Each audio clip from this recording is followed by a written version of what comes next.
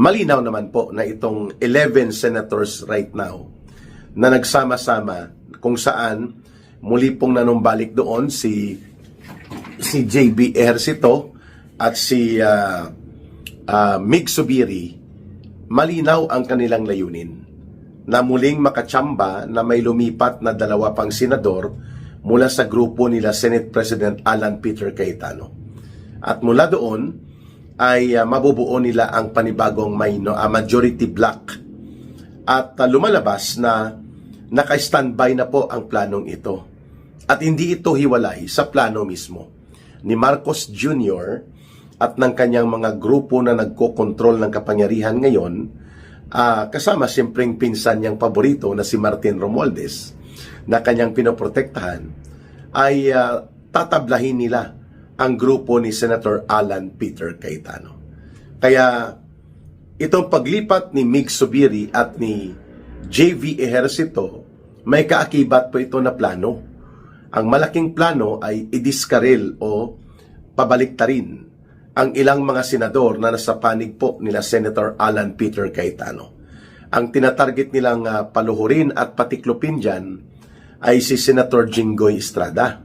Kaya nga, nang pumalag si Senator Jinggoy Estrada, kaagad po na nag-anunsyo si Boying Rimulya at ang Department of Justice, kasama ang Ombudsman, na isasama sa sasampahan na kaso ng plunder na non-bailable po si Senator Jinggoy Estrada.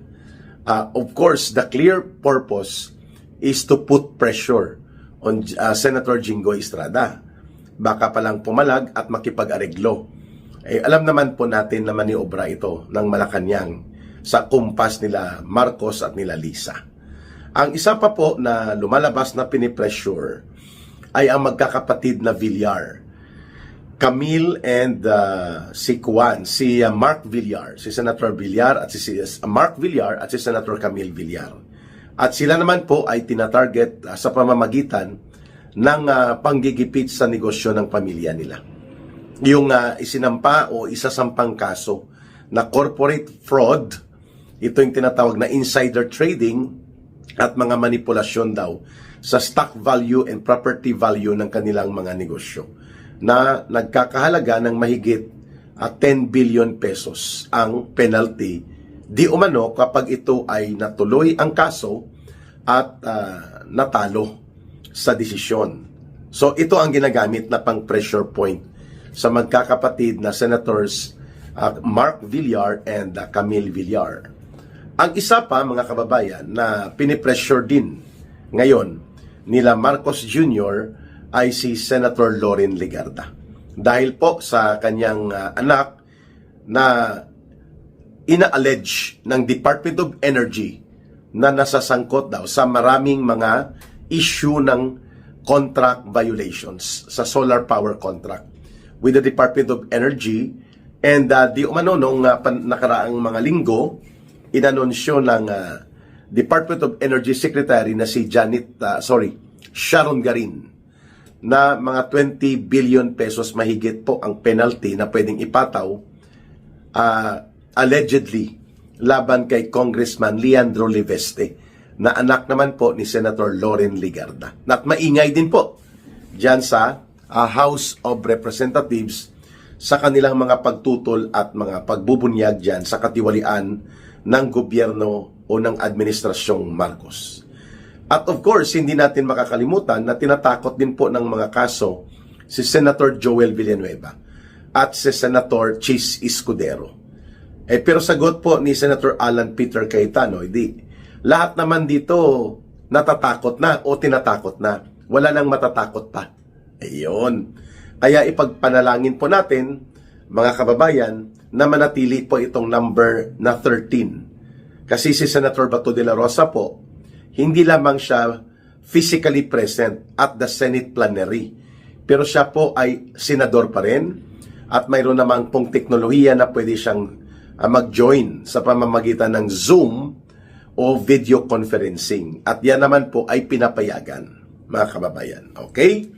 So ano ba talaga ang issue, mga kababayan?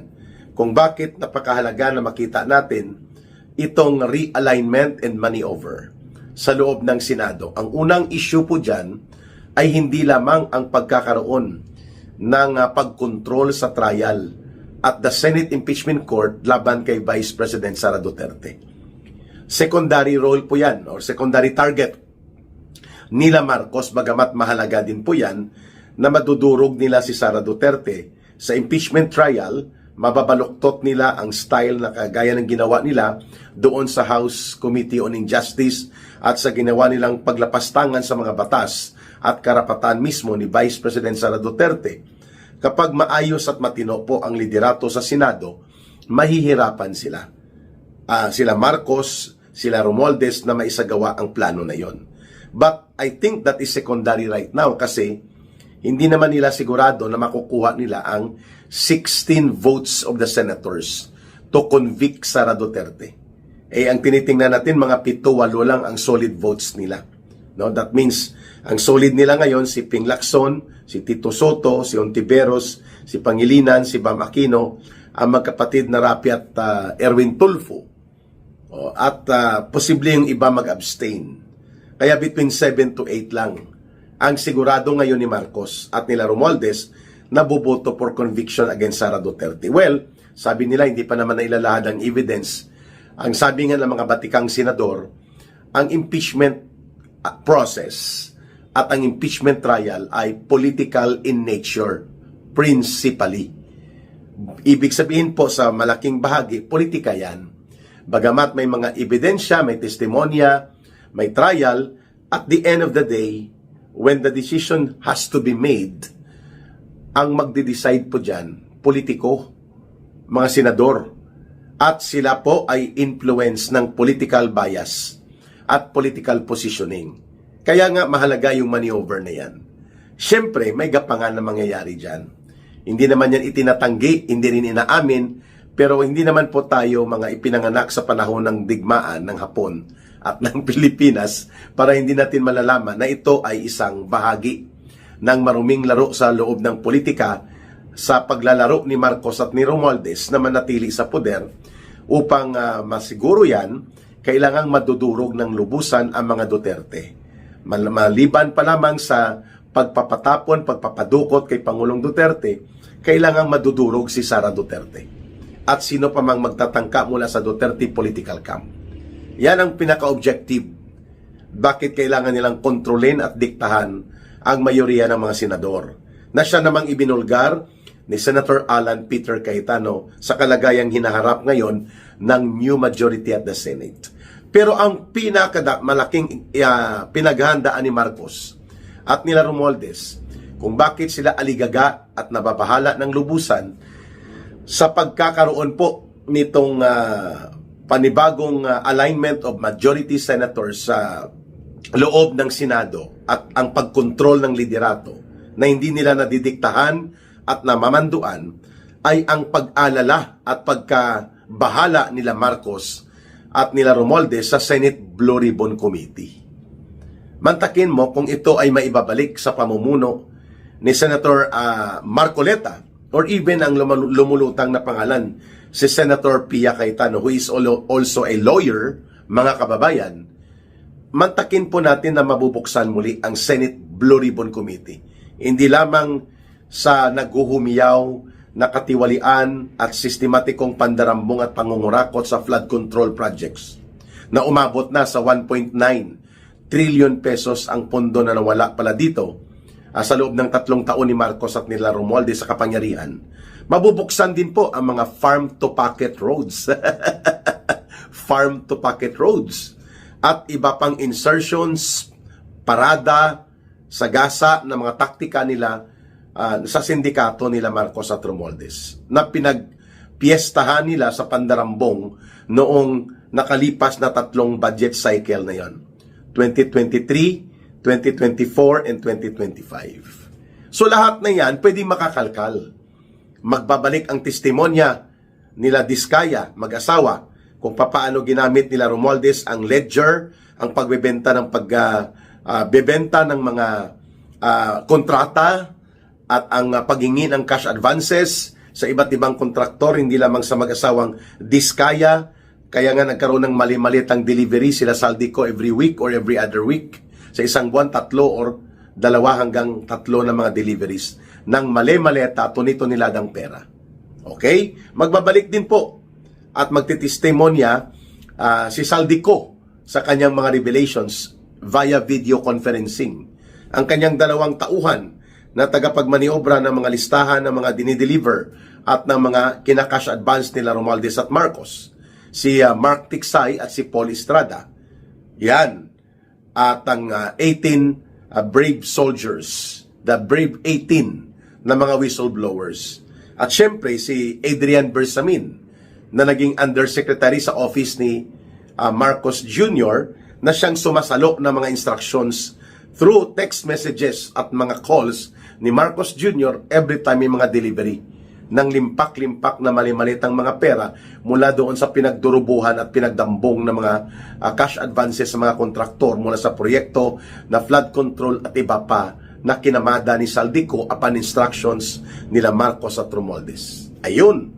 Yun po ang kinatatakutan ni Marcos Jr., yung Cabral Files. Listahan po ito ng mga mayroong insertions, may mga maanumaliyang mga proyekto, mga flood control connections, kasama po ang anak ni Bongbong Marcos Jr. na si Congressman Sandro Marcos from Ilocos. Lahat ng ito makakalkal. Lahat ng ito ay mailalahad kung magkakaroon po ng pananatili ng majority numbers dito po sa mga senador na kasalukuyang pinamumunuan ni Senate President Alan Peter Cayetano. So it's not just about how to maneuver for the impeachment trial against Sara Duterte at the Senate Impeachment Court. Kung bakit aligaga, nababahala, at natatakot sila Marcos at Romualdez na mananatili po ang isang Senado na hindi nila makokontrol ang mayoriya at ang liderato at mga komitiba. Ayun!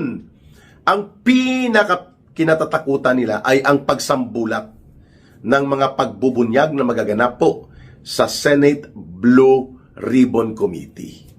Kaya naman po, ipagpanalangin sana natin, mga kababayan, na mananatili pong matatag at may paninindigan itong 13 senators, 12 presently, plus 1 si Senator Bato de la Rosa.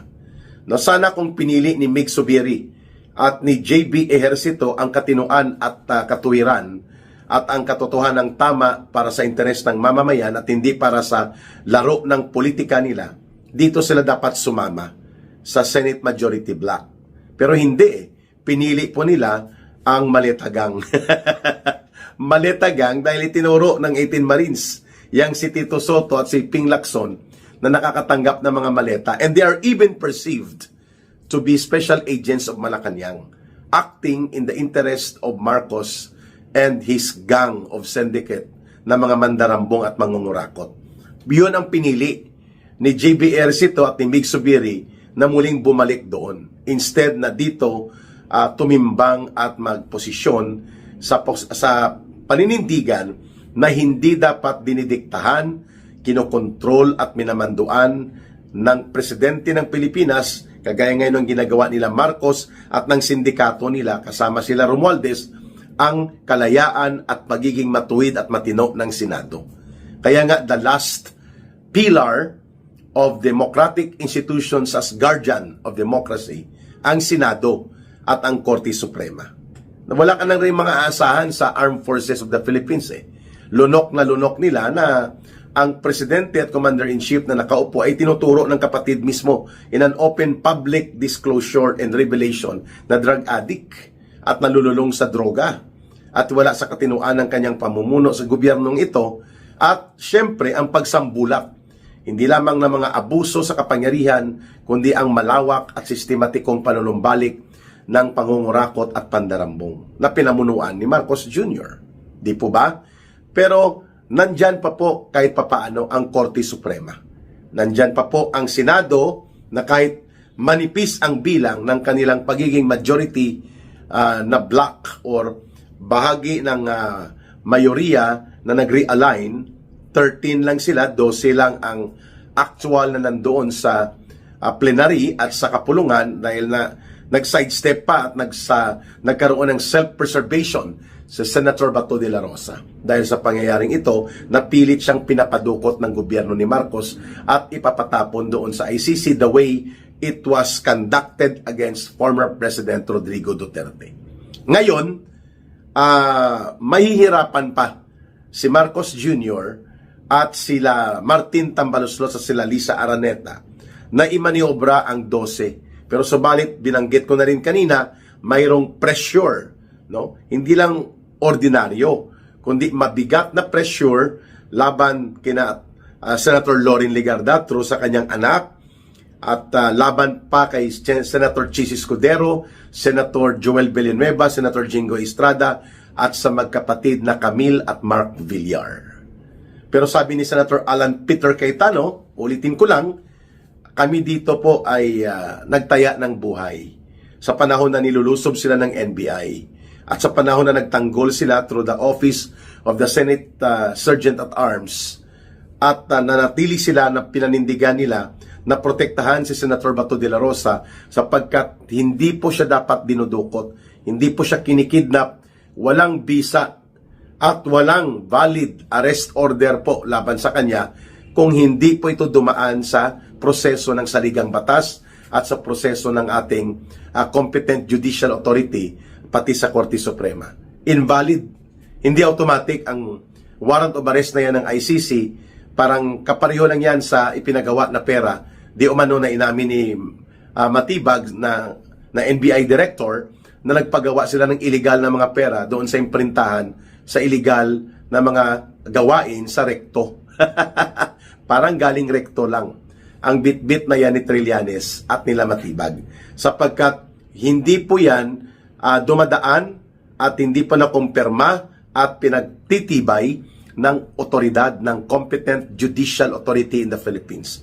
At the very minimum ng isang regional trial court, nagkaroon ng hearing at tiningnan po kung ang constitutional processes at ang garantiya sa due process at garantiya sa equal protection of law and the Bill of Rights ni Senator Bato de la Rosa bilang mamamayang Pilipino ay masusunod o malalabag dahil sa existence ng tinatawag na yan na ICC warrant of arrest. Kaya ito po ay isang malaking paghamon sa kasaysayan natin. Habang dinudumog ang Senado, iniinsulto, inaatake, tinatakot sila at sila'y pinagbabantaan, at habang isa sa kasapi nila o aktibo na binigyan ng mandato ng mamamayang Pilipino with more than 20 million voters na naniwala na dapat maging senador si Senator Bato de la Rosa, ay pilit po na tinatarget ngayon sa pagpapadukot. Kapareho ng ginawang pagpapadukot kay Pangulong Rodrigo Duterte. So the Senate right now is at the crossroad.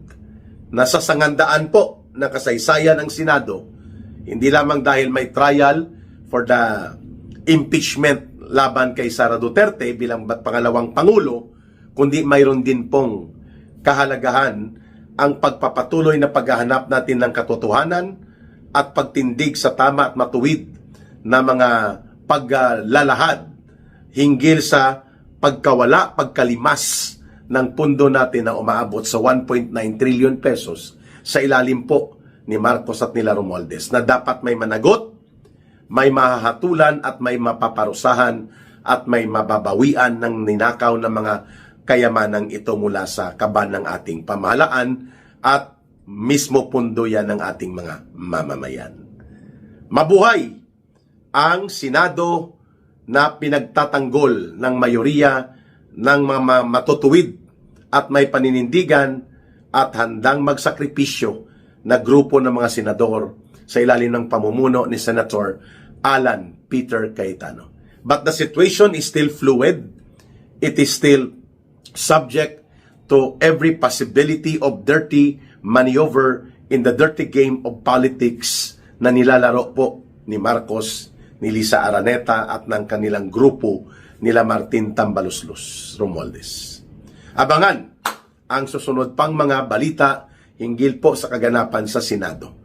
At right now, sumama po tayo sa mas malawak na hanay ng mamamayang Pilipino na manalangin po at magsusumamo sa makapangyarihang Diyos ng ating mundo upang mag-intervene po dito sa Pilipinas na maging matatag ang institusyon na nagtatanggol ng demokrasya lumalaban para sa katotohanan at ipinagtatanggol ang saligang batas ng ating bansa, ang Senado at ang Korte Suprema.